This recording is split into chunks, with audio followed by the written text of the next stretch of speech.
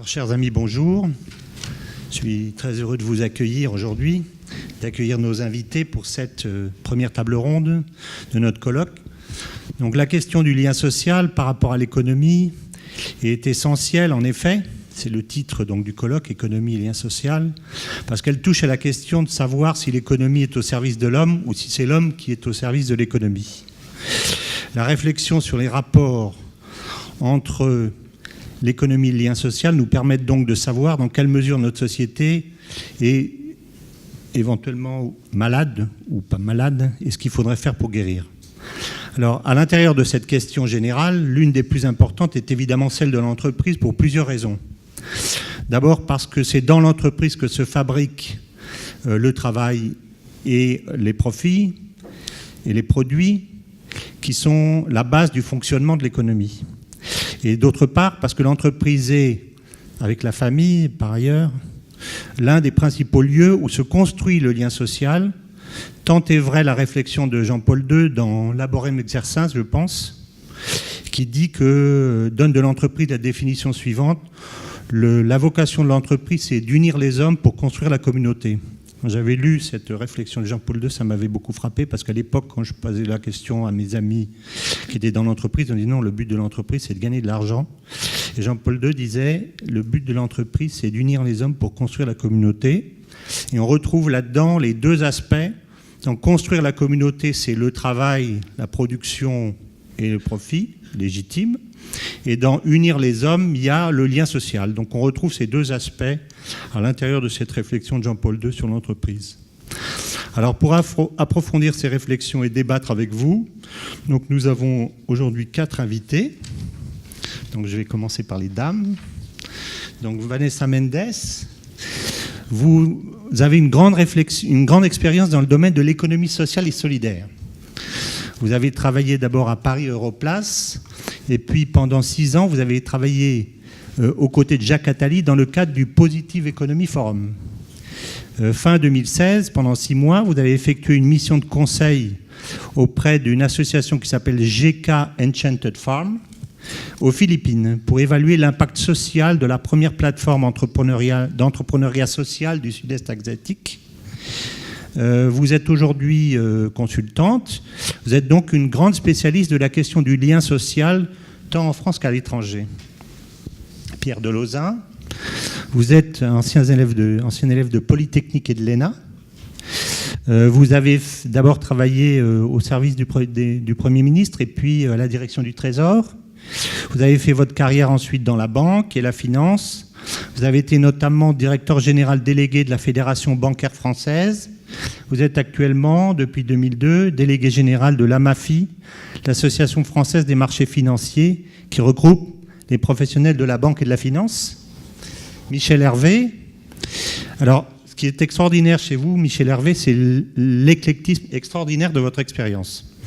Jugez du peu. Vous avez fondé en 1972 le groupe Hervé, qui intervient dans le domaine thermique. Et c'est un groupe, vous avez donc développé ce groupe depuis cette époque, qui est aujourd'hui un groupe de 25 sociétés, avec 2800 personnes, qui est parfois décrit comme une entreprise sans chef, mais vous nous expliquerez ça. Mais comme, en fait, vous aviez peur de vous ennuyer, vous avez accepté de devenir à 34 ans le maire de votre ville de Parthenay, puis député des Deux-Sèvres, puis député des Européens, puis conseiller régional de Poitou-Charentes. Lorsqu'on s'est rencontrés, vous m'avez expliqué aussi que vous aviez mis en place dans votre ville de Parthenay un mode de fonctionnement un peu analogue à ce que vous aviez fait dans votre entreprise. Alors, quand vous m'avez expliqué tout ça, je me suis demandé si vous n'aviez pas en plus fait l'ascension de l'Everest et vous n'étiez pas descendu dans la fosse des Mariannes, mais peut-être que comme vous êtes modeste, vous ne me l'avez pas dit. Enfin, en tout cas, j'étais tout à fait impressionné.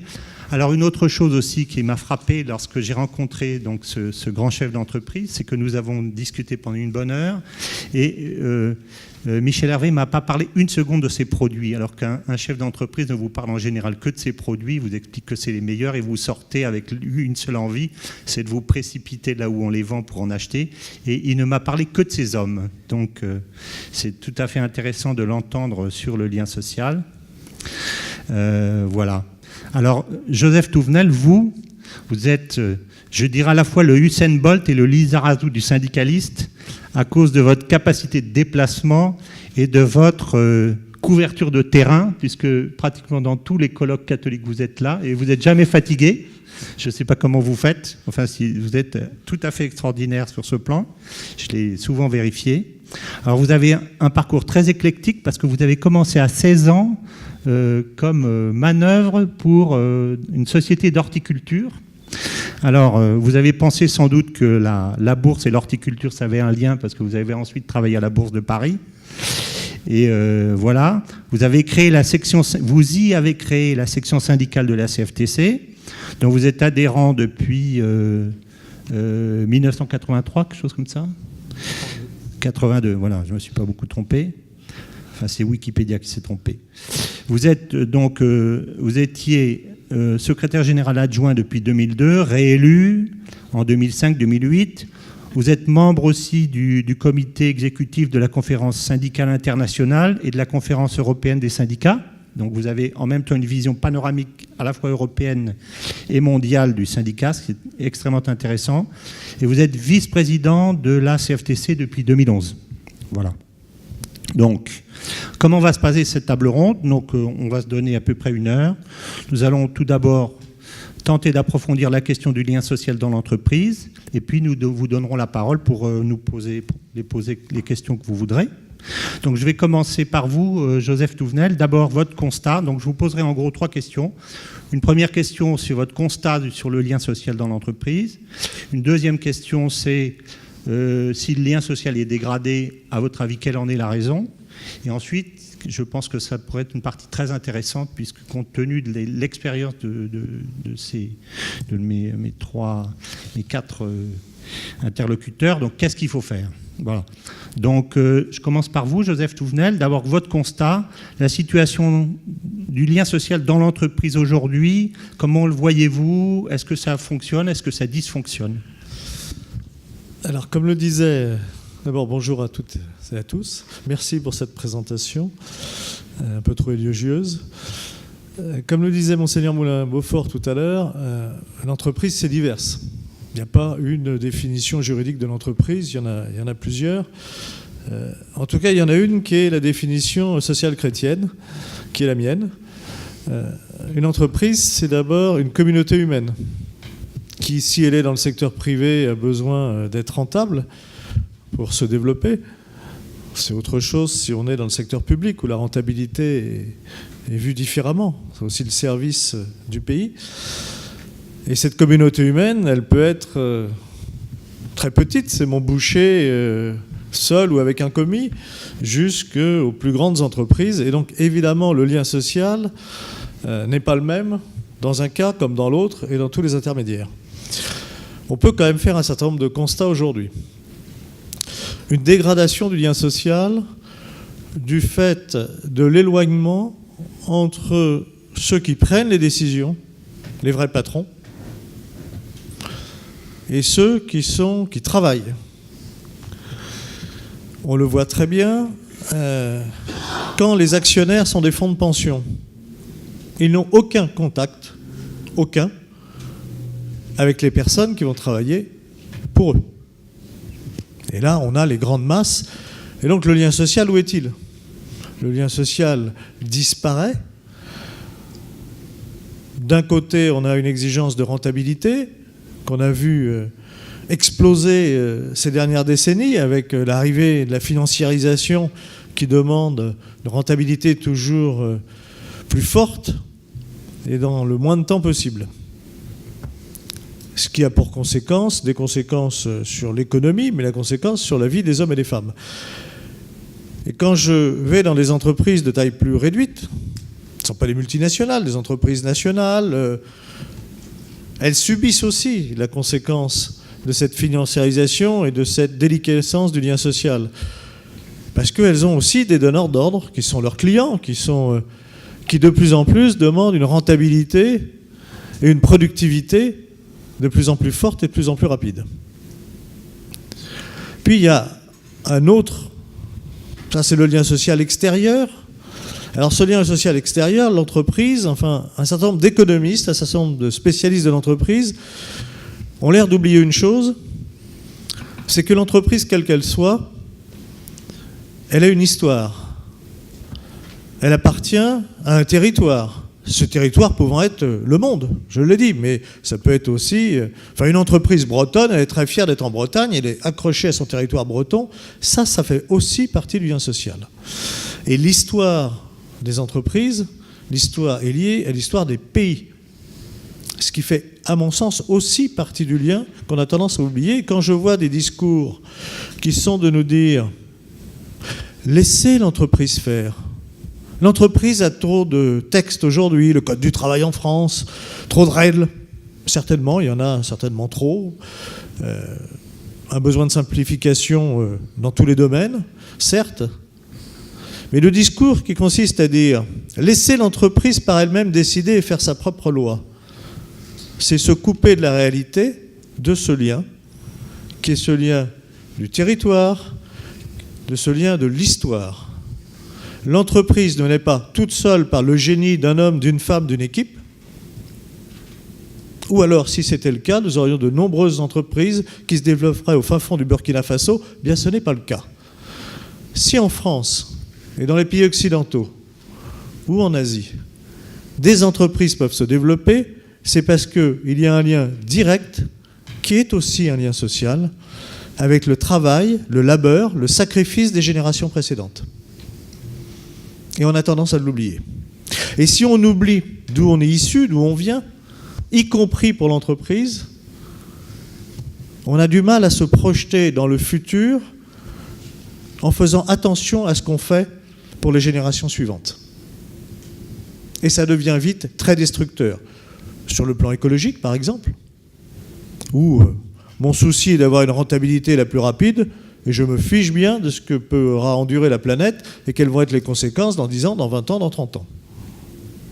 Et puis, il y a un autre lien social qui touche l'entreprise, c'est à l'intérieur de l'entreprise. Et c'est pareil. Les choses sont diverses. Il y a des entreprises où ça se passe très bien, des entreprises où ça se passe très mal, et il y a toute la gamme, quelle que soit d'ailleurs la taille de l'entreprise. Mais c'est un sujet aussi très important, où on peut voir que cette distanciation entre le décideur final et celui qui travaille atteint aussi le lien social. Je terminerai par un exemple qui m'avait frappé. Donc, vous avez vu qu'à un moment donné, je suis arrivé par hasard sur les marchés financiers après avoir fait un certain nombre de choses. Pas que manœuvre à l'âge de 16 ans. J'ai été aussi homme de ménage pendant 2 ans, ce qui est une expérience humaine la plus passionnante qu'il soit. Et ça permet de, comme on travaille dans différentes entreprises, en allant vider les poubelles et nettoyer les toilettes le matin et le soir, ça permet de voir un peu l'ambiance des entreprises. C'est passionnant, et la façon dont on considère l'autre. Il y a dans cette façon de considérer l'autre, vous avez différents regards. Vous avez celui d'abord qui ne vous voit pas. Vous n'existez pas, vous n'êtes même pas un objet. Vous avez le regard méprisant. Vous avez le regard normal. Puis vous avez l'autre regard qui est celui de la personne qui veut faire du social et qui du coup va vous piquer votre serpillière et votre boulot pour le faire à votre place, ce qui n'est pas bon non plus. Et ce regard, il correspond souvent à l'ambiance générale de l'entreprise. Et au lien social et à la façon dont les hommes et les femmes travaillent ensemble dans ces entreprises. Et ce regard, il n'est pas lié au statut hiérarchique. L'ensemble des regards que je décrivais, vous pouvez les retrouver au plus bas niveau hiérarchique ou au plus haut, de façon favorable ou défavorable. Mais ce lien social au sein de l'entreprise, on s'aperçoit que ça a des conséquences directes sur l'activité de l'entreprise. L'entreprise qui casse le lien social, ou l'entreprise qui ne fait pas attention à celui-ci, très vite, il y a une démotivation des salariés. On voit qu'il y a une explosion des arrêts maladie, par exemple, et donc une grande perte de productivité. Et le lien social est, que ce soit vers l'extérieur ou en interne, aussi favorable à l'équilibre humain qu'il est favorable à l'équilibre de l'entreprise sur le long terme. La question qui se pose, dans la financiarisation du monde, la réflexion sur le long terme, existe-t-elle encore ? Merci Joseph, c'est impactant comme toujours. Je vais me tourner vers vous, Michel Hervé, après le syndicaliste, le chef d'entreprise, pour pour vous demander, vous, avec vos yeux de chef d'entreprise, comment voyez-vous la situation du lien social dans l'entreprise aujourd'hui? Est-ce que ça dysfonctionne? Comment voyez-vous les choses? Oui, bonjour à tous. Oui, bien, écoutez, il y a un proverbe africain qui dit que quand on veut savoir où on va, il faut regarder d'où l'on vient. Entreprise, c'est passer d'une prise à l'autre. Entreprise, comme le gibbon, c'est-à-dire cette capacité à créer.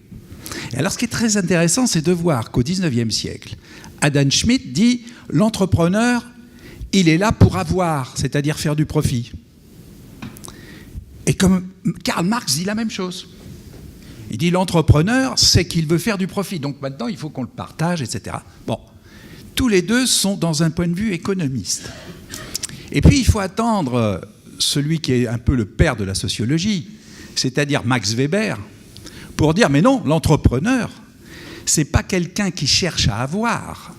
L'avoir, c'est-à-dire le profit, n'est que la conséquence de ce que veut l'entrepreneur, qui lui est d'être, c'est-à-dire de créer, et d'avoir une existence au-delà de l'existant. Ce qui fait la force chez l'homme, c'est pas seulement d'avoir, mais c'est aussi d'être. Et donc c'est ça l'entreprise au départ, qui est une entreprise à caractère individuel. Chacun voudrait être un entrepreneur, au sens de passer d'une prise à l'autre. Alors bien sûr, de temps en temps, il va apprendre, qui vient du latin « ap », qui veut dire saisir par l'esprit, c'est-à-dire en gros se casser la figure, c'est-à-dire apprendre de ses erreurs. Et en même temps, de temps en temps, comprendre, et donc prendre avec prise, c'est-à-dire réussir. Et donc c'est cette dimension-là qui est l'entreprise au départ. Sauf que l'homme, me semble-t-il, et ce n'est pas ce que Monseigneur a dit tout à l'heure qui me fera dire le contraire, l'homme a besoin d'avoir, d'être, mais aussi d'aimer. C'est-à-dire d'être avec les autres, c'est-à-dire d'être dans un lien social. Et donc il a besoin, là, de la solidarité.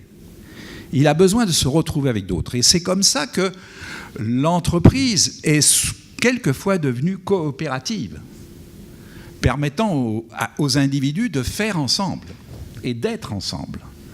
Et c'est pour ça que c'est devenu une dimension collective. Quelque part, vous parliez d'entreprise, mais en réalité, vous parliez d'entreprise collective. C'est-à-dire, effectivement, qui regroupe un nombre important de personnes. Sauf que, effectivement, pendant très longtemps, il faut revenir là encore à l'histoire, l'homme qui avait besoin d'avoir était sous la dépendance du maître. Et ce n'est qu'en 1794, je crois, que pour la France métropolitaine, on a mis fin à l'esclavage. Pour donner quoi? Pour donner à l'individu un salaire pendant le travail qui lui permette d'être en dehors du temps de travail. Donc on est rentré dans la mesure du temps et non plus dans la vie, où l'individu avait sa vie dépendant du maître. Là, on passe avec le temps, avec la mesure du temps de travail, permettant avec le salaire d'être libre en dehors de ce temps de travail. Et à partir de ce moment-là, on voit effectivement que celui qui est le dirigeant de l'entreprise peut être le maître dans la partie du temps de travail. Moi, ce que je remarque aujourd'hui, c'est que tout le monde veut être libre. Tout le monde veut être créé.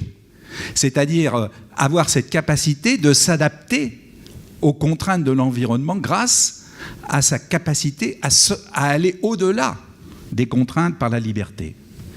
Donc moi, ce que je ressens aujourd'hui, c'est que tous les individus veulent être entrepreneurs, auto-entrepreneurs. Le seul problème ensuite, c'est de leur faire prendre conscience que grâce à ça, grâce à cette capacité d'être entrepreneurs, ils vont avoir l'agilité de s'adapter à leur environnement.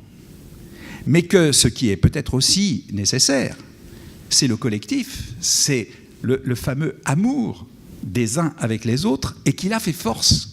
Alors c'est très intéressant parce que moi je me suis intéressé un peu au néolithique quand l'homme passe de la cueillette et du chasseur qui est nomade sur la terre entière et qui tout d'un coup s'arrêtent pour se sédentariser, c'est-à-dire pour vivre sur un petit territoire.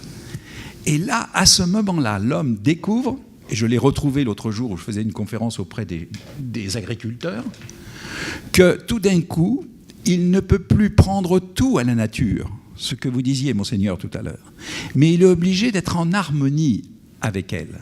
Car s'il prend toutes les plantes, il n'y en a plus, ça ne ressème plus. Et donc, il est obligé de prendre une partie des plantes et attendre pour les autres de manière à ce qu'elles se réensemencent.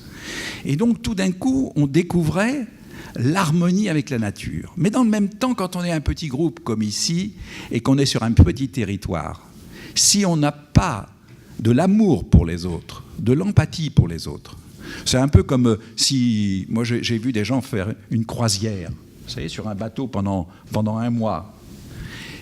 S'il n'y a pas d'empathie pour les autres, si on ne pense pas aux autres avant soi-même, on ne finit pas la croisière. Il y a des gens qui vont passer par-dessus bord. L'agressivité sera telle qu'au lieu de faire paix, ça sera la guerre, et quand on débarquera du bateau, on se dira au revoir à tout jamais. Alors que si on a développé de l'empathie, de l'amour pour l'autre, on s'aperçoit qu'à la fin de la croisière, on se dit l'année prochaine, on en refait une. Et donc, cette dimension est absolument... Cette harmonie entre les hommes, comme l'harmonie avec la nature, devient quelque chose de privilégié. Alors, ce qui est intéressant, c'est de voir que c'était Paul Valéry qui disait « Le monde fini commence ». Aujourd'hui, on a à nouveau conscience qu'on est dans un territoire fini. Alors, il n'est plus à l'échelle de la petite tribu sumérienne, il est à l'échelle de la planète. Ce qui s'est passé à Paris, à Orly, il y a 3 jours, même mes amis japonais en étaient au courant. Et donc, quasiment immédiatement. Donc, on a pris conscience qu'il y avait une dimension, comme vous le disiez, écologique. C'est-à-dire qu'il y avait une dimension d'harmonie entre les êtres humains à construire. Et c'est ça qu'il faut, je pense, qui se construise dans l'entreprise d'aujourd'hui, dans l'entreprise collective.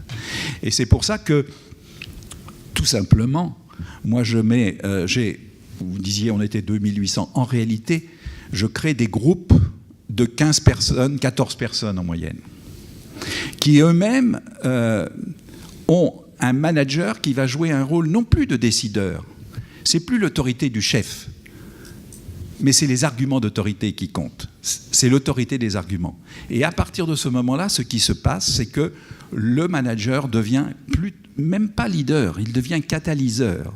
Son rôle, c'est de favoriser la singularité dont vous parliez tout à l'heure, la singularité de chacun, et en même temps, qu'est-ce qui fait commun au groupe? Qu'est-ce qui fait qu'il y a une stratégie commune et qui fait force?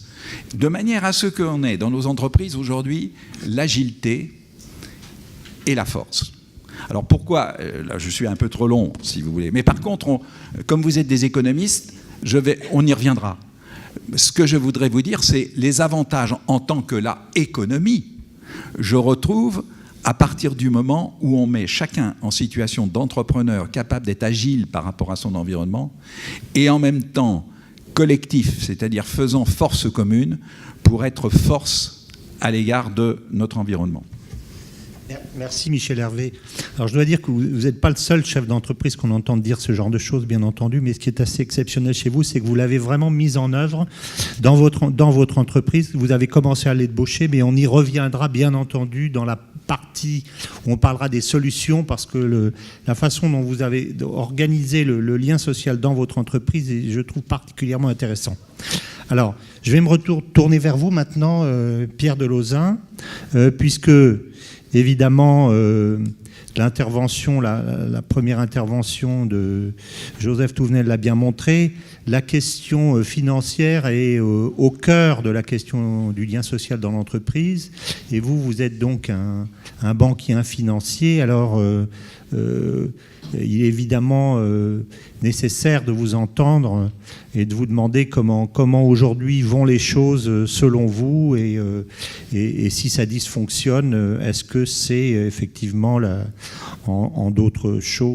parmi d'autres choses la finance qui en est la cause? Voilà. Oui, merci beaucoup. Je ne sais pas si c'est audible, oui, j'ai l'impression. Pour dire que d'abord, je suis d'accord avec les précédents intervenants. Alors, c'est moins rigolo pour l'auditoire, mais enfin, je suis obligé de dire que je suis d'accord. Donc, je ne peux pas installer une tension. Alors, peut-être que je vais dire des choses qui détermineront des réactions. Enfin, pour le moment, ce n'est pas le cas. Sur l'entreprise, d'abord, moi, j'ai une expérience particulière. C'est que j'ai notamment dirigé une entreprise cotée, une banque cotée, qui était en perdition et qui, d'ailleurs, a fini par disparaître. Et j'étais plutôt dans le rôle de la femme de ménage qu'on a déjà évoqué, c'est-à-dire qu'effectivement, il s'agit de nettoyer après que d'autres ont plutôt sali ou remis en cause complètement. Et donc, ce qui était intéressant, c'est que c'était une véritable institution.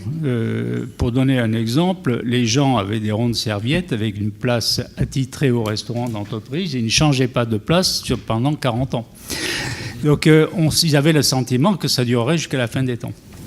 Et cette entreprise a complètement disparu parce qu'elle a perdu 30 milliards de francs pour 5 milliards de fonds propres et il y a perdu le gros de son port de commerce qui était des marchands de biens et des promoteurs qui avaient disparu dans la crise des années 90. Donc il n'y avait vraiment plus de base du tout.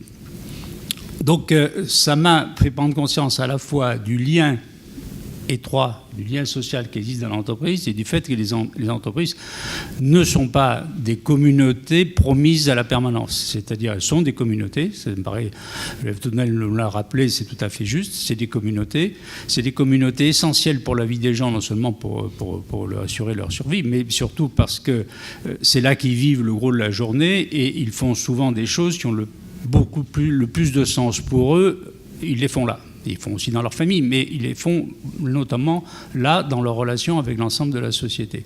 Mais en même temps, ce n'est pas promis à l'éternité. La famille, en un sens, est promise à l'éternité. Évidemment, les personnes mourront un jour, mais le lien reste indéfiniment. Le lien entre un père ou une mère et le fils ou la fille est permanent. Il ne disparaît jamais. Le lien national peut disparaître au fil de l'histoire, mais il peut durer extrêmement longtemps et il n'y a rien d'intrinsèque qui le fait disparaître. Dans la famille, dans l'entreprise, ce n'est pas le cas. Dans des entreprises qui durent très très longtemps, il y en a très peu. Donc, il faut à la fois faire vivre une communauté. Il est essentiel qu'elle vive comme communauté et je dirais il est même essentiel pour sa rentabilité qu'elle vive le plus possible comme une communauté dans la mesure où dans la vie quotidienne dans l'entreprise, on n'est pas là à calculer en permanence ce qu'on fait, les gens sont ensemble et ils travaillent ensemble. Et s'ils raisonnaient comme l'homo economicus d'Emmanuel, c'est-à-dire qu'ils calculaient en permanence leur effort et notamment leur effort de solidarité par rapport aux autres qui sont à côté d'eux, l'entreprise ne marcherait pas bien. Ou elle marcherait pendant un temps, mais assez vite, elle disparaîtrait parce qu'elle serait beaucoup moins efficace et productive. Ça ne veut pas dire que ce lien est subordonné à cet objectif de productivité, mais ce lien qui est essentiel pour ceux qui le vivent, est en même temps nécessaire pour que l'entreprise soit réellement productive. Donc ce lien est très important, mais en même temps, on sait que ce n'est pas pour l'éternité. D'abord, les gens rentrent et sortent des entreprises, alors que, sauf exception, ils ne rentrent pas, ils ne sortent pas de leur nation. Ils peuvent évidemment, malheureusement, entrer et sortir de la famille. D'abord, ce n'est pas très bon. Et deuxièmement, le lien, au moins les liens de parenté, de descendance, subsistent, même si les personnes, après, se séparent d'une manière ou d'une autre. L'entreprise, ce n'est pas le cas. Donc l'entreprise, du coup, est aussi une entreprise de création d'une forme de culture qui n'est pas éternelle, mais qui est très importante pour la vie des gens pendant tout un temps. Et il y a des cultures extrêmement différentes d'entreprises. Donc ça me paraît extrêmement important de souligner le fait qu'il y a une priorité forte et de créer des cultures positives de communauté et je dirais de responsabilité, c'est-à-dire de responsabilité non seulement par rapport aux membres, mais aussi par rapport à l'extérieur, comme ça a été souligné tout à l'heure. Dans la conception catholique de la doctrine sociale, il est clair qu'il est au centre cette idée de communauté et cette idée de responsabilité. Alors, responsabilité par rapport aux clients, par rapport aux fournisseurs, par rapport à l'environnement dans lequel l'entreprise se trouve, que ce soit son environnement géographique immédiat, son pays d'origine. Benoît XVI rappelait que même pour les multinationales, elles avaient des devoirs à l'égard de leur pays d'origine. Et d'autre part, de responsabilité. Quand je disais clients et fournisseurs, bon, on connaît les problèmes de rapport des grandes entreprises avec leurs fournisseurs, mais on insiste moins sur les responsabilités des entreprises par rapport aux clients. Quand vous mettez un produit sur le marché et que vous lui donnez un prix, vous prenez une responsabilité. Et cette responsabilité est essentielle pour le lien social. Fabriquer un produit de qualité dont vous avez le sentiment que vous le vendez à un prix raisonnablement juste vous donne plus de sens pour vous qui êtes dans l'entreprise et vous crée un rapport différent, de meilleure qualité, avec les gens à l'extérieur qui le prennent. Quand, par exemple, si je prends dans le secteur bancaire de détail, les gens regardent les tarifications et qu'ils ont le sentiment qu'elles sont parfaitement arbitraires, c'est destructeur d'une forme de lien. Ils se disent « je suis grugé d'une manière ou d'une autre ». Alors même si ce n'est pas des sommes énormes, bon, ils ne réagissent pas, mais ils ont le sentiment que ça ne va pas. Le juste prix, ce n'est pas simplement pour une question d'avoir quelque chose qui est correct du point de vue de la morale, mais c'est aussi créateur de liens sociaux parce que les gens ont le sentiment qu'ils ont fait une affaire qui était correcte où tout le monde se retrouvait, d'où l'expression populaire gagnant-gagnant, mais quelque chose de gagnant-gagnant, ça veut bien dire que quelque chose a été fondé sur quelque chose de juste. Gagnant-gagnant, ça veut dire en un sens, dit dans un tout autre vocabulaire, justice commutative. Bon. Et donc, ça, c'est du point de vue de l'entreprise. Alors, du point de vue de l'affreuse finance, où je suis depuis une quarantaine d'années, il est de fait qu'il y a eu un phénomène qu'on peut appeler financiarisation, qui n'est pas nécessairement un rôle accru de la finance, qui l'est souvent, mais qui est plus largement un rôle beaucoup plus central du critère exclusivement financier. Bon, une de mes idées favorites, c'est quand même l'idée que dans une société largement relativiste, évidemment, le critère financier, c'est-à-dire l'argent, devient central, parce que l'argent, lui, il est complètement neutre. Vous n'avez pas besoin d'être d'accord, il suffit d'être d'accord, de pouvoir faire un contrat sur un prix. Donc, quand on n'a pas d'autres critères, dans le fond, c'est le plus pratique. C'est celui qui règne en dernière analyse.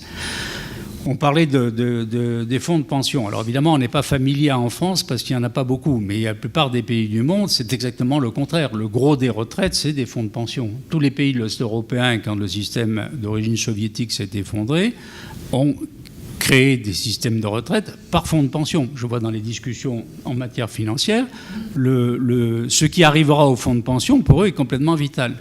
Mais qu'est-ce que c'est qu'un fonds de pension ? C'est de l'argent qui est mis de côté et qu'on fait fructifier en vue du paiement des retraites, des pensions, plus exactement les gens, parce que le terme retraite a un côté un peu, vous savez, la retraite militairement, c'est pas terrible. Pension, ça veut dire qu'à un moment donné, effectivement, ils reçoivent le fruit de leurs efforts. Et donc, ces fonds de pension investissent cet argent-là.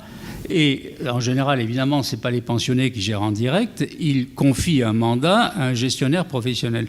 Simplement, si vous prenez un gestionnaire professionnel et que vous lui dites « Monsieur, vous allez être jugé en prenant comme étalon, on dit benchmark dans le patois, mais disons comme étalon l'indice, mettons le CAC 40 si on est purement français, que je vais regarder tous les 3 mois. » Qu'est-ce que fait le gestionnaire ? Il gère à court terme, forcément. Et il va essayer de maximiser par rapport au CAC 40.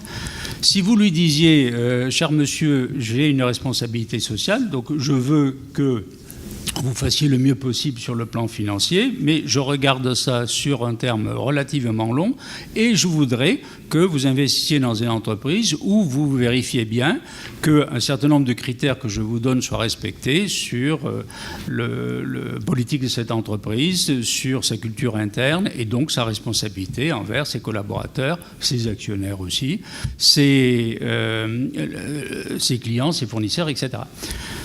Évidemment, vous donnez du coup des instructions différentes. Vous jugez votre gestionnaire d'une manière différente. La même chose vaut pour une SICAV, la même chose vaut pour une assurance vie. Bon, les assurances vie, il n'y a plus beaucoup d'actions maintenant grâce à la merveilleuse directive Solvabilité 2 qui oblige à n'avoir que de la dette, ce qui est complètement immoral. Enfin bon, mais c'est bien ça la question. Et c'est ce que nous dit l'Église aussi quand elle parle de la propriété privée, pour reprendre le terme de Jean-Paul II, grever de l'hypothèque de la destination universelle des biens.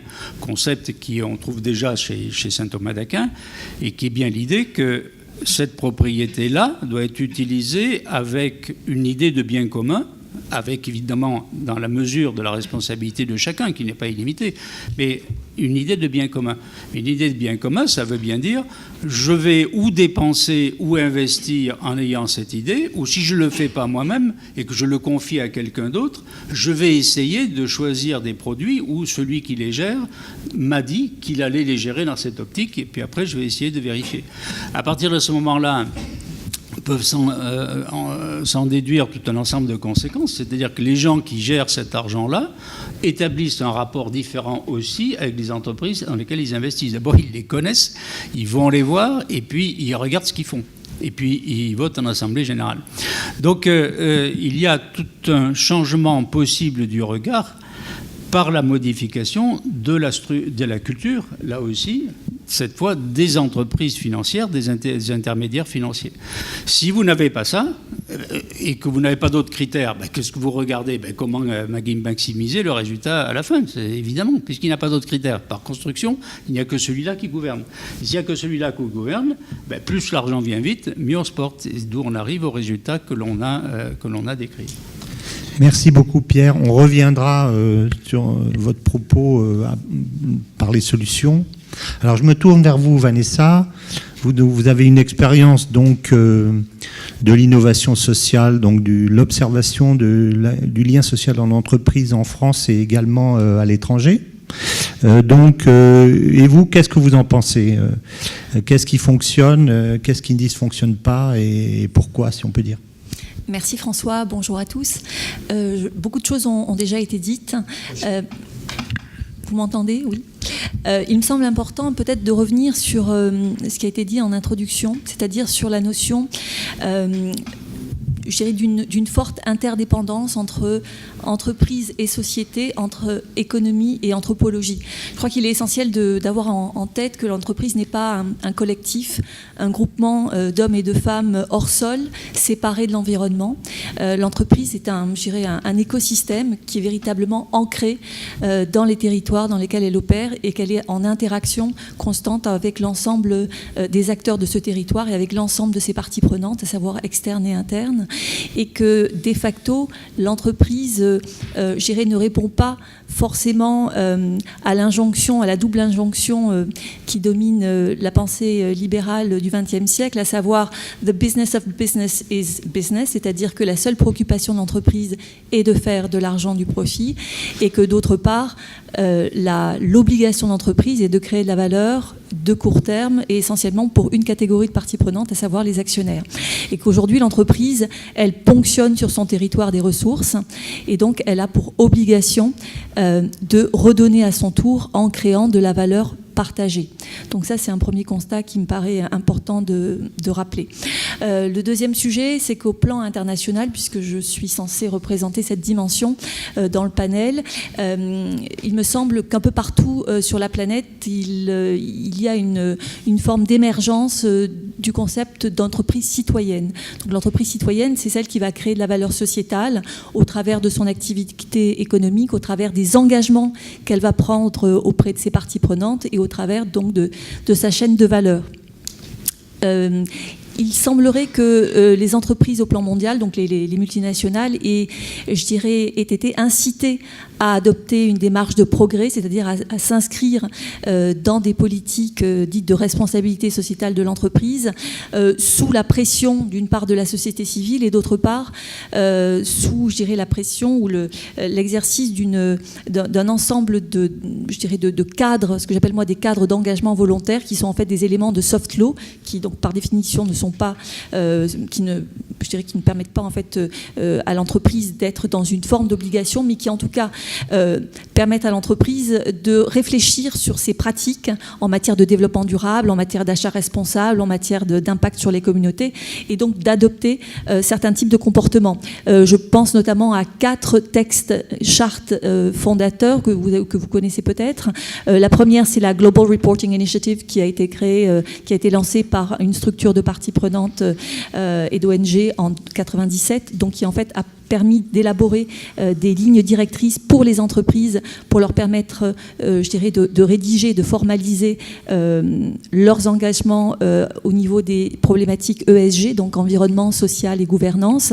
Ensuite, en 2000, il y a eu le Pacte mondial des Nations Unies, lancé et impulsé par l'ancien secrétaire général Kofi Annan, qui là aussi a permis aux entreprises, je dirais, d'approfondir la manière dont elles prenaient en compte les enjeux ESG et la manière dont elles, je dirais, elles rendaient compte de leur reporting extra-financier. Plus récemment, on a également eu on a vu donc émerger une norme, donc ISO 26000, peut-être que certains d'entre vous sont familiers avec cette norme, qui a réuni autour de la table plus de 90 pays pour édicter donc des comportements vertueux des entreprises pour une meilleure contribution donc, des organisations sur je dirais, le bien-être collectif de la société autour de 7 enjeux clés. Et le dernier en date, plus proche de nous, donc ce sont les objectifs pour le développement durable qui ont remplacé les objectifs du millénaire pour le développement. Alors ceci ayant été posé, on peut se poser la question de savoir s'il existe des typologies de RSE en fonction des zones géographiques dans le monde. C'est-à-dire est-ce qu'il y a, je dirais, une coloration RSE en fonction des zones dans lesquelles on se situe dans le monde. En tout cas, ce que l'on peut dire, c'est qu'il y a que c'est un sujet qui est pris en charge de manière assez hétérogène. Il n'y a pas d'homogénéité. C'est un secteur, un champ qui recouvre des réalités protéiformes, comme l'innovation sociale d'ailleurs. Et d'ailleurs, c'est peut-être juste faire un point de sémantique. L'innovation sociale désigne le détournement du regard de la technologie ou, je dirais, de l'entreprise vers la société. C'est important de le rappeler parce que c'est un peu un terme qui est devenu tarte à la crème et donc on peut y mettre tout et n'importe quoi. Mais pour revenir donc aux pratiques de RSE dans le monde, je dirais que pour connaître un peu plus l'Asie, en Asie, il y a à peu près, je dirais, des enjeux divers et variés, mais on remarque que notamment au niveau des pays de l'ASEAN, donc les Philippines, Singapour, la Thaïlande, la Malaisie, les Philippines, les pratiques ne sont pas, je dirais, identiques. Et donc, par exemple, la Chine et l'Inde portent une attention soutenue sur les problématiques de travail, beaucoup plus que les autres pays de l'ASEAN. Et on remarque également qu'en Inde, pour des raisons certainement culturelles, il semblerait que l'impact sur le développement des communautés locales soit un sujet d'intérêt plus important, en raison notamment de l'aspect culturel indien. Vous savez, les communautés Parsis sont très nombreuses en Inde, notamment les Parsis ont fondé le groupe Tata, et donc pour eux, il s'agit, je dirais, d'un sujet prioritaire. Mais on peut également évoquer, je dirais, des sujets globaux qui sont en fait des défis et des challenges pour tous les pays d'Asie. Alors je vais évoquer en vrac donc les sujets d'environnement, de gouvernance, de chaîne d'approvisionnement, mais également les problèmes de pauvreté, de droits humains, les problèmes également de responsabilité des produits, de l'impact aussi sur les communautés. Donc en fait, on se rend compte qu'en fonction des formes d'économie, des formes de capitalisme dans ces pays, puisqu'effectivement on se rend compte qu'il y a des formes de capitalisme étatique ou de capitalisme familial, notamment je pense au chaebol coréen ou au keiretsu japonais. Donc il est important en fait pour comprendre en fait les formes d'expression de la RSE, de comprendre, je dirais, le socle culturel et les formes, je dirais, de modèles capitalistiques et économiques de chaque pays. Alors, je vais peut-être indiquer que les manières de s'engager des entreprises en fonction des pays varient et qu'il y a également une gradation des niveaux d'implication et des niveaux d'engagement. Et on peut identifier, je dirais, 4 formes de partenariat que les entreprises sont en train de nouer avec des acteurs de l'économie non marchande essentiellement, puisqu'en fait on se rend compte que c'est en étant, je dirais, exposé à une culture qui n'est pas la leur. Et ce qui est assez intéressant, c'est de voir que de la défiance, voire de la méfiance, on est passé à un système collaboratif et coopératif entre des organisations qui n'avaient pas pour habitude de travailler ensemble ou de se parler. Et donc entreprises et associations ou ONG sont en train de nouer des ponts, de bâtir des passerelles. Et je pense que c'est une tendance dont on peut se féliciter. Mais globalement, il y a 4 façons pour l'entreprise de s'engager auprès de la société civile en s'appuyant sur le levier de l'association ou d'ONG. La première, c'est via le mécénat. Donc, c'est de soutenir un projet d'intérêt général, tout simplement. Ensuite, le deuxième niveau, il s'agit pour l'entreprise d'être dans une approche dite d'innovation sociale ou sociétale, c'est-à-dire de repérer dans la société un dysfonctionnement, une fragilité, une vulnérabilité et de développer une solution pour y répondre avec l'aide de l'association ou de l'ONG. Troisième niveau, il s'agit d'une forme partenariale autour d'une coopération économique où l'association et l'entreprise vont travailler ensemble pour développer une offre commune, pour avoir plus d'impact. Et le quatrième niveau, c'est donc la RSE, ou comment l'association ou l'ONG va pouvoir aider l'entreprise à se transformer de l'intérieur et à transformer ses pratiques en profondeur, et notamment à transformer son modèle économique et sa création de valeur. Alors, juste pour faire peut-être une petite illustration, je dirais, concrète et pragmatique de ce que je viens d'évoquer, et en complément de ce qui a été dit, moi, j'ai passé donc 6 mois au sein de la première plateforme d'entrepreneuriat social qui est donc basée aux Philippines, qui s'appelle Gawad Kalinga Enchanted Farm. Donc, Gawad Kalinga, en tagalog, veut dire prendre soin. Donc, c'est déjà, je dirais, une façon, je dirais, de poser le sujet. Donc, le père fondateur de la structure, qui s'appelle Tony Melotto, et qui était à l'UNESCO il y a 2 jours, et qui est intervenu avec Pierre de Lauzun dans une table ronde sur comment construire un monde meilleur. Donc Tony Melotto, qui est donc philippin, d'origine modeste, a eu la chance d'être brillant et de bénéficier d'une bourse d'études pour étudier à Ateneo, qui est l'une des principales, des meilleures universités des Philippines.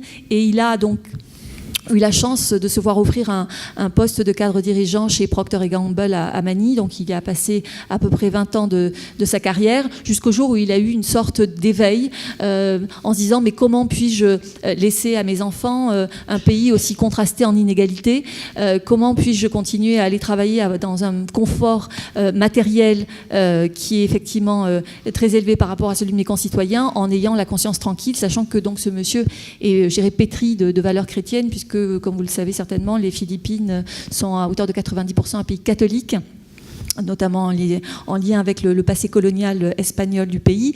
Et donc Tony Melotto a démissionné du jour au lendemain, à l'âge de 36 ans, pour créer, je dirais, un édifice, entre guillemets, à 3 temps, c'est-à-dire qu'il a voulu s'attaquer au problème de la pauvreté, non pas au travers d'outils et de méthodes classiques d'aide au développement, de charité ou de la politique de la main tendue, ce qu'il refuse avec force et vigueur, mais au travers, je dirais, de nouvelles solutions, partant du principe que la pauvreté n'est pas une fatalité et en posant donc un regard, j'irais, rafraîchi sur le problème de la pauvreté. Et donc certains intervenants ont évoqué les questions de dignité, et donc Tony Melotto a créé, je dirais, un premier étage à la fusée, qui a été de dire, bon, il faut agir rapidement et donc s'atteler au problème, je dirais, de ces gens qui sont en fait issus du bas de la pyramide, qui ont moins de $3 par jour pour vivre. Pour rappel, les Philippines, c'est 100 millions d'habitants, 25 millions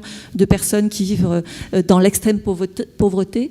Donc, il a créé une ONG pour répondre aux besoins de base de ces individus. Donc ça, c'était la phase de ce qu'il a appelé la justice sociale. Deuxième phase, la phase de progrès social. Et pour cela, il n'a pas utilisé, je dirais, un outil philanthropique, il a utilisé donc l'entrepreneuriat social comme un outil avisé, je dirais, permettant en fait à ces jeunes issus du bas de la pyramide de se remettre debout dans leur vie, puisque effectivement ce sont des jeunes qui ont souvent des parcours fracassés et cabossés, et de créer à leur tour, déjà de se remettre debout dans leur vie, mais également de créer donc des emplois au niveau de leur communauté et par cercle concentrique, je dirais, au niveau des barangays, qui sont effectivement des communes, et ensuite au niveau de la société tout entière. Donc on voit bien que, et là je vais en clôturer, que par rapport donc à la vision, par exemple, d'un Mohamed Younous, qui est le père fondateur de la microfinance, on passe à l'étape d'au-dessus, puisque, je dirais, dans la vision de Gawad Kalinga, il y a la volonté de créer un mouvement national pour créer de la valeur partagée pour tous, et en s'appuyant sur l'ensemble des forces de tous les acteurs, dans le secteur privé, le secteur public et la société civile. Merci. Merci Vanessa. C'est toujours extrêmement intéressant d'avoir un peu un panorama international parce qu'on a tendance à voir le lien social effectivement à l'intérieur de l'entreprise, alors qu'il y a effectivement aujourd'hui un certain nombre d'actions qui sont faites dans le monde pour faire en sorte que l'impact social de l'entreprise soit plus important.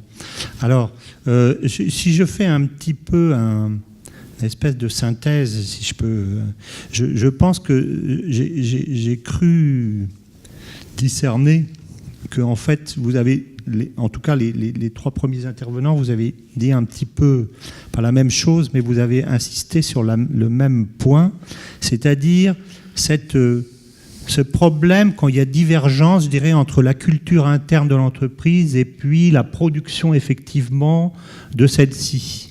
Et que, en fait, quand il n'y a pas vraiment de culture d'entreprise, en fait, la production n'est pas bonne. Vous l'avez dit, Michel Hervé, tu l'as dit aussi très clairement.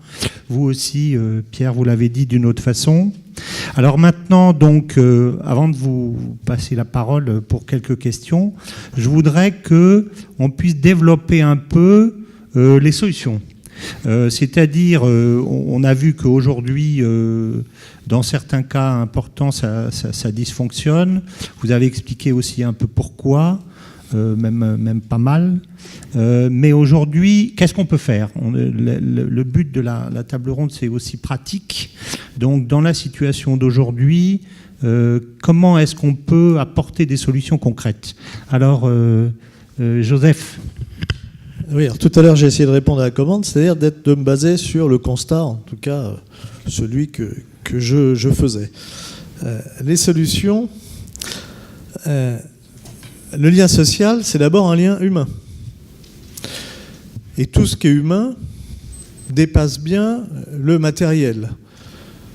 On ne peut pas peser un lien social, on ne peut pas le mesurer, le compter, ça me paraît très difficile. Nous sommes là dans le domaine qui sort du matérialisme. Aujourd'hui, nous sommes dans une société hyper matérialiste. Nous avons connu une autre société hyper matérialiste à l'est de l'Europe. Elle n'a pas complètement disparu de la planète. On en a un exemple tous les jours en Chine, très intéressant, qui réunit ces deux grands matérialismes, le matérialisme communiste. Tout à l'heure, j'étais très inquiet parce que quand Michel Hervé a parlé de Marx, il s'est tourné vers moi. Je ne suis pas marxiste. On a eu ce matérialisme communiste, marxiste, qui a été une catastrophe, qui a brisé le lien social, qui niait le lien social. Mais nous avons aujourd'hui la domination d'un autre matérialisme qu'on peut appeler ultralibéral, parce que le libéralisme en soi n'est pas mal, hein, la liberté d'entreprendre, la liberté d'entreprise, etc., tout à fait favorable. Encore faut-il que ça soit régulé et encadré. Et ce que nous avons affronté aujourd'hui, c'est cette prédominance du matérialisme, c'est-à-dire cette négation de la réalité humaine en fonçant dans quelque chose où le bonheur, d'ailleurs on nous le voit, vous voyez sur les grands médias, le bonheur est où ? Le bonheur est dans la consommation. On nous a d'ailleurs gentiment sapé, quelle que soit la couleur des majorités, l'actuelle et la précédente, ce temps pour autre chose que la production et la consommation qui s'appelle le repos dominical. Est-ce que ce n'est pas une formidable, au sens étymologique du terme, c'est-à-dire qui fait peur, atteinte au lien social, que de diminuer dans une société le temps collectif pour la vie familiale, la vie personnelle, la vie associative et la vie spirituelle ? Et Pierre Delezan a un peu abordé la solution, une partie de la solution, quand il nous a décrit ce qu'était effectivement le fonds de pension, qui n'est ni gentil ni méchant, quels sont les critères. Et il a parlé des clients. Et sans doute que la solution passe par nous, consommateurs. Comment consommons-nous ? Qu'exigeons-nous de l'entreprise avec laquelle on va passer un accord avec le produit qu'on va acheter ? Est-ce qu'on a un regard qui pèsera sur le producteur, sur celui qui fait les services, en disant moi je veux bien placer mon argent, mais je mets des critères qui sont des critères éthiques, des critères moraux. Est-ce que je regarde quand j'achète un produit s'il n'est pas fabriqué par des petits-enfants à l'autre bout du monde? Est-ce que j'ai le souci de me dire je vais peut-être payer 10 centimes d'euros en plus? Je dis 10 centimes parce que pour un t-shirt, 10 centimes, c'est vraiment la marge supérieure qui fait la différence entre acheter un t-shirt fabriqué par des quasi-esclaves et acheter un t-shirt, par exemple, fabriqué au Maroc par des gens qui ont un salaire minimum marocain, d'accord, mais un salaire minimum, des conditions sociales marocaines, c'est pas les nôtres, mais qui se mettent en place. C'est ça l'effort. Et la solution, elle passe par nous, elle passe certainement pas par des règles, par des réglementations, par des lois, par des décrets. Elle passe d'abord par nous-mêmes, nous approprier le fait que le lien humain, c'est nous qui le faisons. Et quand je parlais de l'entreprise au début en disant communauté humaine, pour moi, l'entreprise, ce sont les salariés, évidemment, les dirigeants, les actionnaires, les clients. C'est-à-dire la communauté humaine. Et je vais terminer quand même parce que l'importance de l'histoire pour ne pas reproduire les erreurs et pour voir comment on a pu en produire. Michel Havet, tout à l'heure, a évoqué 1794, l'esclavage, etc. Là, on va avoir un point de désaccord. Moi, je ne crois pas qu'en France, en tout cas métropolitaine, nous ayons connu l'esclavage, en tout cas pas à cette période-là, et en tout cas pas cette façon-là. Le servage avait quasiment disparu depuis très longtemps, et le servage n'était pas un esclavage. Par contre, un brave bourgeois, avocat de son État en 1792, qui s'appelle Le Chapelier, a mis en place une loi qui a été destructrice du lien social. Celle, mais qui est la version ultra-libérale d'un certain nombre de choses, basée sur le libre contrat, une musique qu'on entend aujourd'hui tous les jours. Et le libre contrat, c'est relativement satisfaisant intellectuellement. J'affirme que chacun est libre, et donc puisque chacun est libre de contracter ou non. À partir de là, le citoyen Le Chapelier a mis en place un délit, le délit de coalition. C'était, vous êtes libre de contracter, mais vous n'avez pas le droit de vous réunir ensemble pour faire valoir vos intérêts. Il brise le lien social qui existait déjà au niveau des corporations qui étaient imparfaites. Mais enfin, là où nous sommes, dans la capitale où nous sommes, les corporations des tailleurs de pierre, les menuisiers, les charpentiers, les couvreurs, chaque corporation avait un salaire minimum, avec des caisses de solidarité. Celui qui tombait du toit, sa veuve, ses orphelins étaient pris en charge. S'il ne pouvait plus travailler, c'était pris en charge.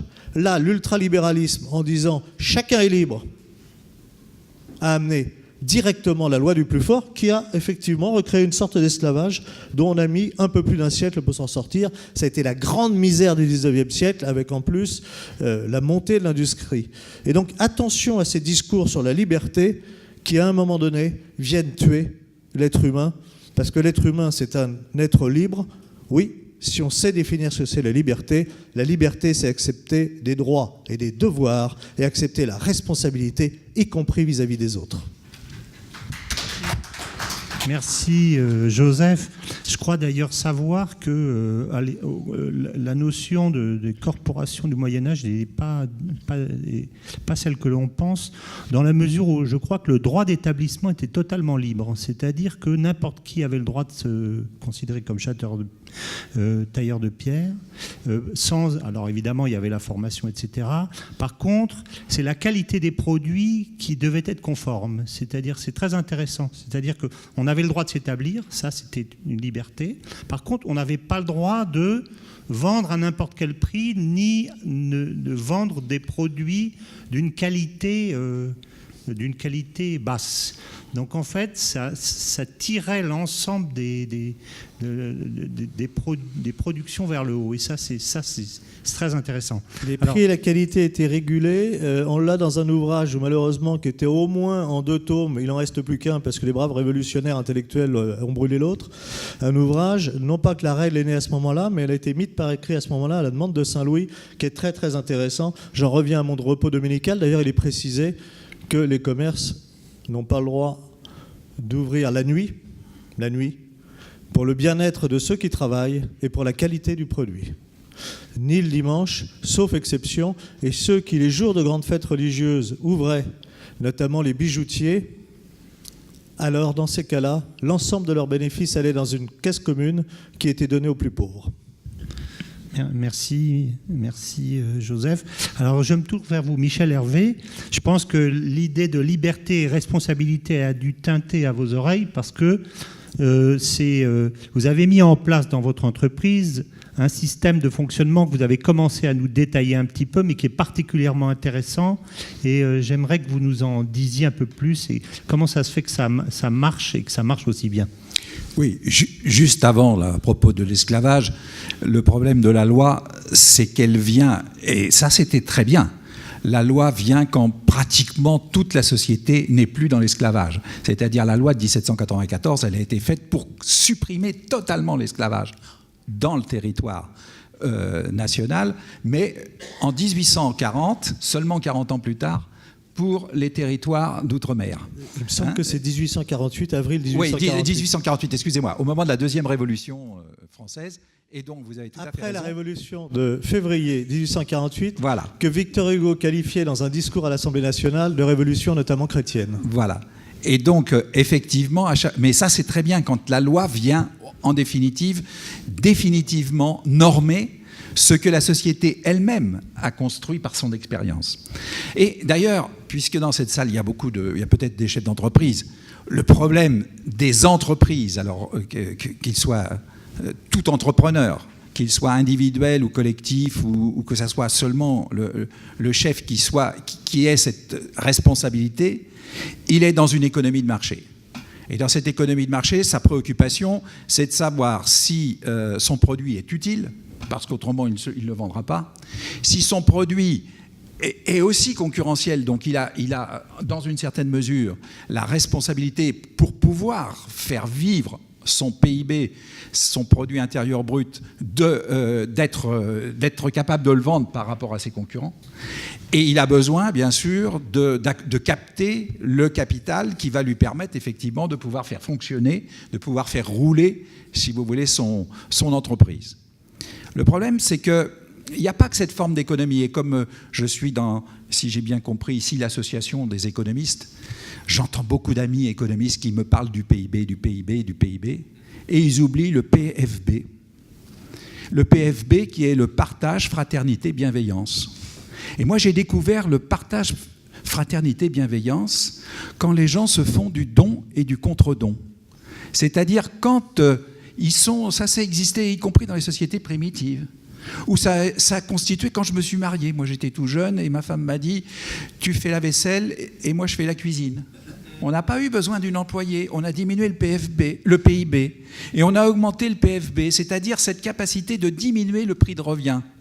Et donc, tous ceux qui en collectif dans une entreprise, diminuer le prix de revient, c'est quand même bien par rapport à nos concurrents.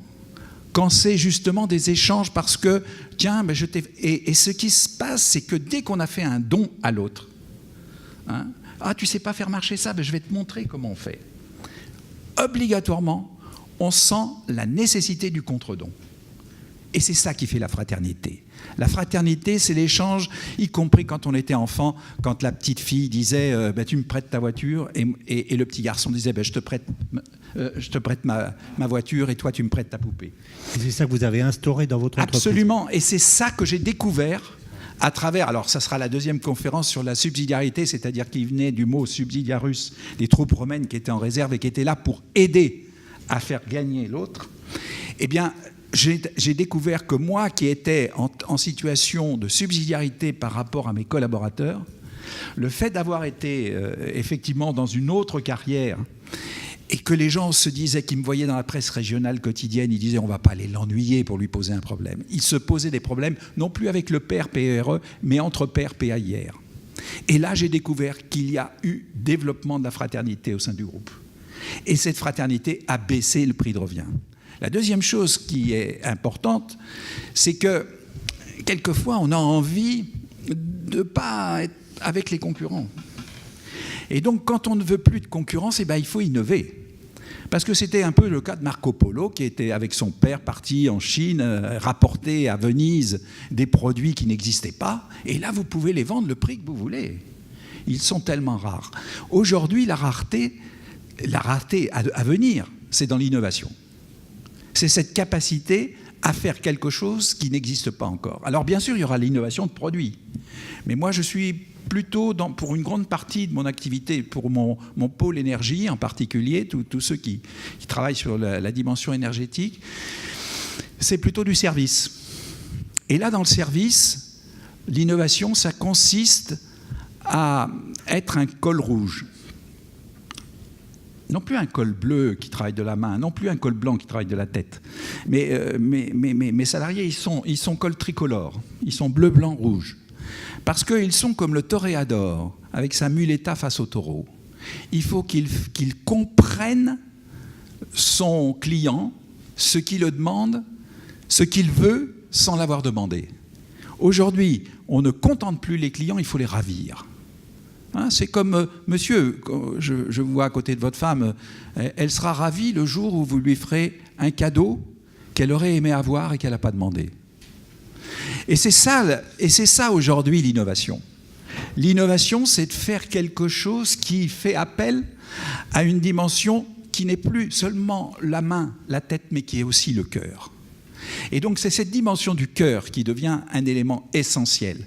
Et donc il faut apprendre l'ensemble de nos salariés à rentrer dans cette dimension dont vous parliez tout à l'heure, de ce sentiment d'utilité sociétale. Et donc c'est ça qui, aujourd'hui, va nous permettre de faire un prix de vente supérieur au prix du marché. Et donc quand on fait un prix de revient parce qu'il y a de la fraternité et un prix de vente parce qu'il y a de la capacité d'innovation, à partir de ce moment-là, je pense qu'on résout à la fois le problème économique et le problème du lien social. Merci Michel Hervé.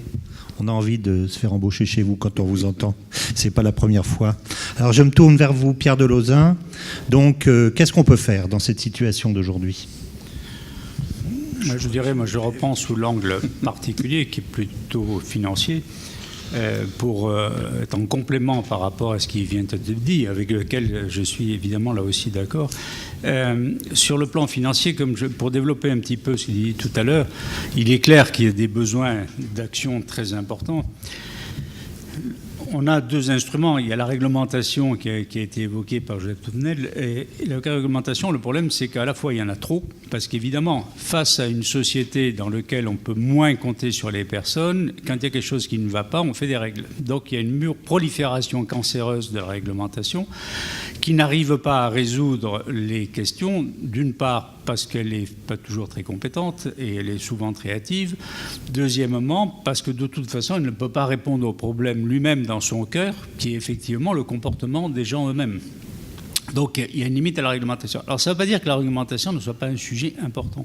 D'abord, il y en aurait beaucoup qu'il faudrait éliminer, tout simplement, qui est parasitaire. Mais il y en a d'autres qui en auraient besoin. Ou il y en a, troisièmement, qui seraient à revoir. Alors par exemple, on parlait de l'argent et de l'utilisation de l'argent. Dans l'utilisation de l'argent, il y a une considération très importante pour les gens, qui est la fiscalité. La fiscalité de l'épargne joue un rôle décisif dans l'orientation de l'épargne. C'est évident qu'une grande partie des choix des gens, en termes d'épargne, vont être déterminés par la fiscalité. Et assez logiquement, quand vous arrivez à une fiscalité très faible, même si j'oublie les cotisations sociales, mais je prends la fiscalité directe, vous avez des produits taxés complètement au barème et à l'autre bout des produits non taxés. Donc ça change complètement, évidemment, le résultat. Donc il est très important que la fiscalité soit ou neutre ou dans le bon sens. Et qu'est-ce qu'est le bon sens ? Le bon sens, c'est le long terme, la solidarité et la responsabilité. Quelle est la plus grande forme de solidarité économiquement ? C'est les actions. Alors quand on dit ça, dans la plupart des cas pour les Français, ils disent mais pas du tout, les actions c'est immoral, c'est la bourse, c'est la spéculation. Bien entendu, ça peut être ça. C'est-à-dire qu'on peut parfaitement faire un mauvais usage d'une chose bonne. Mais l'action, c'est d'être propriétaire. C'est une considérable responsabilité. Et pour la doctrine sociale de l'Église qui grève la propriété, comme je l'ai dit tout à l'heure, de l'hypothèque de la destination universelle des biens, évidemment, pour pouvoir exercer cette responsabilité, il faut les avoir, les actions. Parce que si vous les laissez à des autres grands méchants qui les utilisent de manière horriblement spéculative, il est évident que vous n'aurez pas un bon résultat. Donc il y a une priorité, clairement, collective, à l'achat d'actions. Alors la fiscalité devrait le refléter. La fiscalité française fait à peu près exactement le contraire. Et la fiscalité favorise, dans la plupart des pays, la dette. Bon, je rappelle qu'au Moyen-Âge, dans la controverse sur le taux d'intérêt appelé usure, l'Église était très réticente. Elle l'était pour des raisons en partie erronées et pour d'excellentes raisons. Et la première et excellente raison, c'est que quand vous êtes le créancier, vous n'avez qu'une solidarité très faible. Qu'est-ce que c'est qu'une créance? C'est le droit d'aller au tribunal pour aller réclamer l'argent si jamais il n'est pas payé. Donc, sauf en cas de faillite complète, vous êtes en droit de réclamer votre argent. Si vous êtes en actionnaire, vous êtes en droit de réclamer rien du tout. Votre argent est placé là de manière perpétuelle et vous avez des dividendes que quand tous les autres ont été payés, s'il y a un résultat. Et donc l'Église médiévale avait très très bien discerné que c'était une forme qui était raisonnablement solidaire et donc en soi plutôt bonne, pour être mal exercée, c'est évident, mais plutôt bonne, alors que la dette, si elle est utilisée dans l'idée fausse que c'est de l'argent qui produit l'argent, la dette peut être au contraire quelque chose de nocif, évidemment une source d'esclavage, notamment lorsque l'endettement est excessif. On le voit dans des civilisations comme l'Inde, où il n'y a pas ces barrières qui ont été établies dans les pays chrétiens et sous une autre forme dans les pays musulmans. L'usurier est l'une des catastrophes principales des campagnes. Donc il y a un problème avec la dette, et puis l'autre problème de la dette, c'est qu'évidemment c'est la dette qui crée les grandes crises. Toutes les crises sont des crises de la dette, d'une manière ou d'une autre. Quand il y a une crise de marché en fonds propres, évidemment ceux qui ont investi perdent leur argent. C'est tout ce qui se passe. Si vous avez une crise de la dette, c'est une crise liée à l'endettement. Les gens ne peuvent pas rembourser, mais comme ils ne peuvent pas rembourser et qu'ils ont eux-mêmes emprunté, ils mettent en faillite celui qui leur a prêté, et ainsi de suite. Il y a un effet boule de neige dans la dette qui est dangereux. Donc nos sociétés actuelles, qui sont des sociétés d'endettement, sont des sociétés à haut risque. La prise de responsabilité, c'est les actions. Alors bien entendu, pour la plupart des gens directement, ce n'est pas le mode d'investissement normal parce qu'ils ont besoin de l'argent dans des horizons courts et il n'est pas raisonnable d'investir dans des actions à horizon court. C'est tout à fait clair.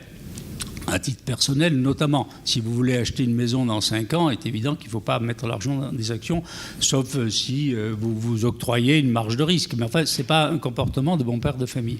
En revanche, quand vous avez, pour reprendre les fonds de pension, un horizon de 40 ans, l'investissement le meilleur pour tout le monde, c'est évidemment les actions. Donc, vous avez un double problème. Un, s'orienter plus d'argent vers cette forme d'investissement, et puis bien entendu, simultanément, sinon la première démarche peut être dangereuse et collectivement nocive, exercer votre responsabilité d'actionnaire d'une manière différente et précisément d'une manière responsable. Ça, c'est quelque chose où la culture collective, notamment dans un pays comme la France, et notamment dans le milieu chrétien, catholique en particulier, a besoin d'évoluer de manière importante. C'est-à-dire, au lieu de dire « Ouh là là, ça sent mauvais, je me tiens à l'écart », c'est de dire « Ouh là là, ça sent mauvais, il faut que j'intervienne pour que ça marche convenablement ». Donc ça, c'est un point essentiel.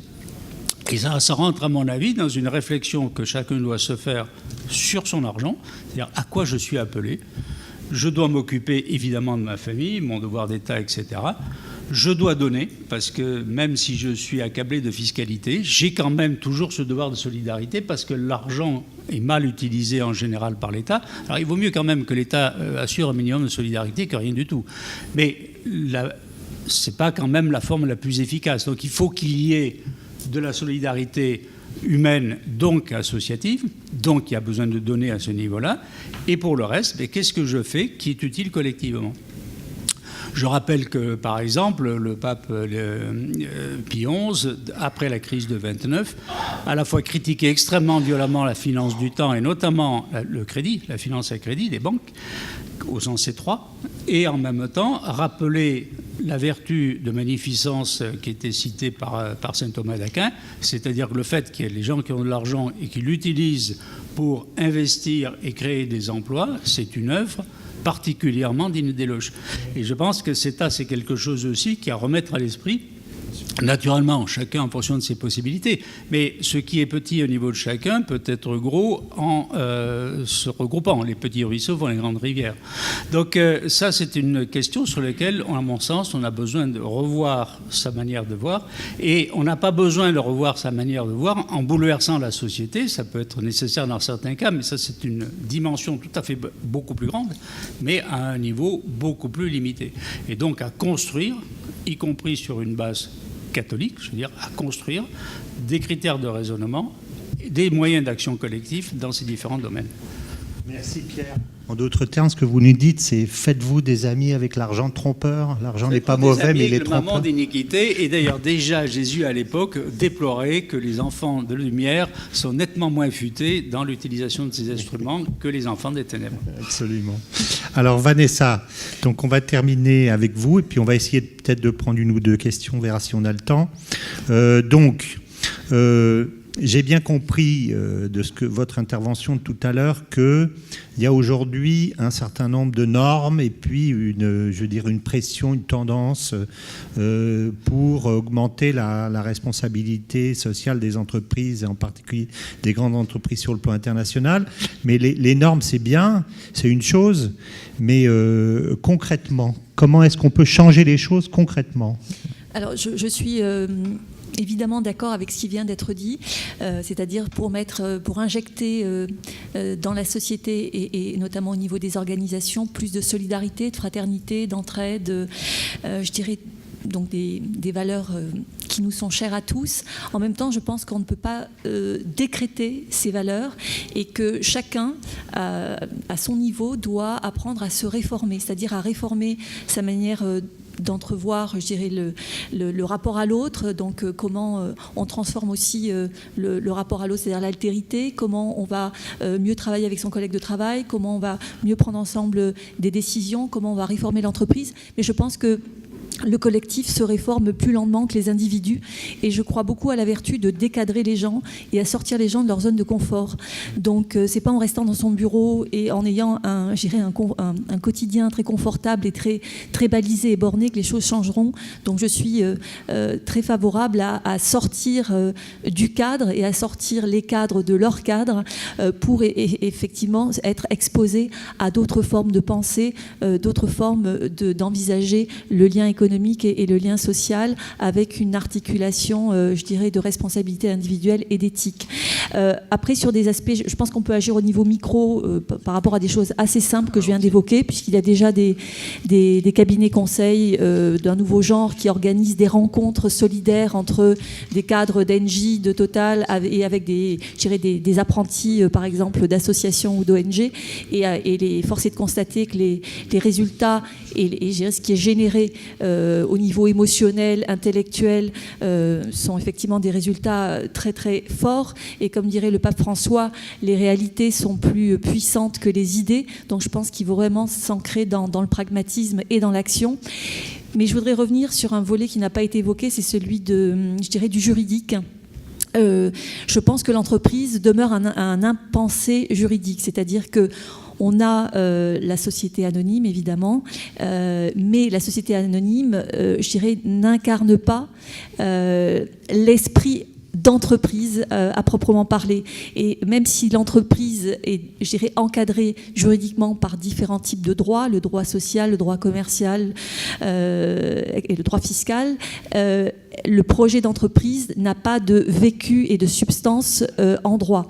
Et là, je m'inspire des travaux de deux économistes de Mines ParisTech qui s'appellent Blanche Ségrestin et Armand Hatchuel, qui ont écrit un ouvrage très intéressant qui s'appelle Refonder l'entreprise et qui vise donc à repenser la manière dont s'organise le pouvoir et les relations, la théorie aussi, qui repense la théorie de l'agence et qui effectivement repositionne chaque acteur au niveau de son niveau de responsabilité, au niveau de son niveau d'engagement. Et donc ils ont proposé la création d'une entreprise à progrès collectif qui viserait donc à à créer et à rédiger un contrat d'entreprise où l'engagement des adhérents, donc au premier rang desquels les actionnaires et les salariés, exprimerait, je dirais de manière explicite ce à quoi ils sont prêts à s'engager dans l'entreprise,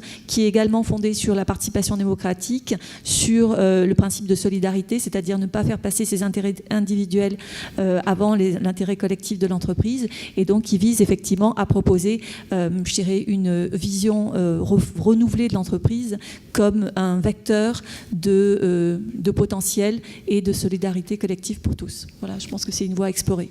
Merci Vanessa.